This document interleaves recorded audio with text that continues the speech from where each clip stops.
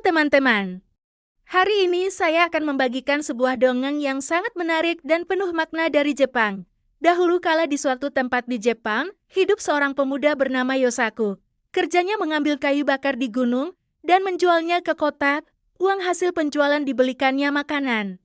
Tak terus seperti itu setiap harinya. Hingga pada suatu hari, ketika ia berjalan pulang dari kota, ia melihat sesuatu yang menggelepar di atas salju. Setelah didekatinya, ternyata seekor burung bango yang terjerat di perangkap sedang meronta-ronta. Yosaku segera melepaskan perangkap itu. Bango itu sangat gembira. Ia berputar-putar di atas kepala Yosaku beberapa kali sebelum terbang ke angkasa. Karena cuaca yang sangat dingin, sesampainya di rumah, Yosaku segera menyalakan tungku api dan menyiapkan makan malam. Saat itu terdengar suara ketukan pintu di luar rumah. Ketika pintu dibuka, tampak seorang gadis yang cantik sedang berdiri di depan pintu, kepalanya dipenuhi dengan salju. Masuklah. Nona pasti kedinginan, silahkan hangatkan badanmu dekat tungku, ujar Yosaku. Nona mau pergi kemana sebenarnya? Tanya Yosaku. Aku bermaksud mengunjungi temanku, tetapi karena salju turun dengan lebat, aku jadi tersesat.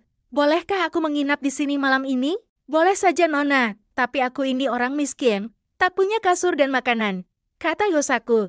Tidak apa-apa, aku hanya ingin diperbolehkan menginap. Kemudian gadis itu merapikan kamarnya dan memasak makanan yang enak. Ketika terbangun keesokan harinya, gadis itu sudah menyiapkan nasi. Yosaku berpikir bahwa gadis itu akan segera pergi, ia akan merasa kesepian. Salju masih turun dengan lebatnya. Tinggallah di sini sampai salju reda, kata Yosaku. Setelah 5 hari berlalu salju mereda, gadis itu berkata kepada Yosaku, jadikan aku sebagai istrimu dan biarkan aku tinggal terus di rumah ini. Yosaku merasa bahagia menerima permintaan itu. Mulai hari ini panggillah aku Otsuru, ujar si gadis. Setelah menjadi istri Yosaku, Otsuru mengerjakan pekerjaan rumah dengan sungguh-sungguh. Suatu hari, Otsuru meminta suaminya, Yosaku, membelikannya benang karena ia ingin menenun. Otsuru mulai menenun. Ia berpesan kepada suaminya agar jangan sekali-kali mengintip ke dalam penyekat tempat Otsuru menenun. Setelah 3 hari berturut-turut menenun tanpa makan dan minum, Otsuru keluar. Kain tenunannya sudah selesai. Ini tenunan Ayani Sheke. Kalau dibawa ke kota pasti akan terjual dengan harga mahal. Yosaku sangat senang karena kain tenunannya dibeli orang dengan harga yang cukup mahal.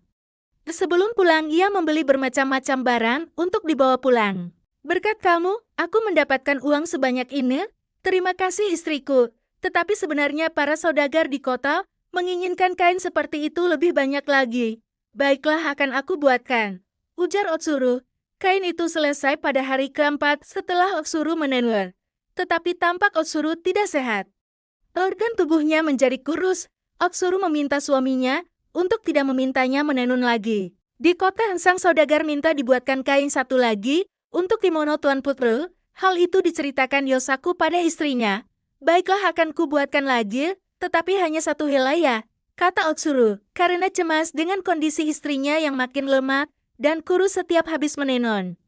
Yosaku berkeinginan melihat ke dalam ruangan tenun. Tetapi ia sangat terkejut ketika yang dilihatnya di dalam ruang menenun, ternyata seekor bango sedang mencabuti bulunya untuk ditenun menjadi kain, sehingga badan bango itu hampir gundul kehabisan bulu. Bango itu akhirnya sadar dirinya sedang diperhatikan oleh Yosaku. Bango itu pun berubah wujud kembali menjadi Otsuru. Akhirnya kau melihatnya juga, ujar Otsuru. Sebenarnya aku adalah seekor bango yang dahulu pernah kau tolong. Untuk membalas budi aku berubah wujud menjadi manusia dan melakukan hal ini, ujar Otsuru. Berarti sudah saatnya aku berpisah denganmu, lanjut Otsuru, maafkan aku.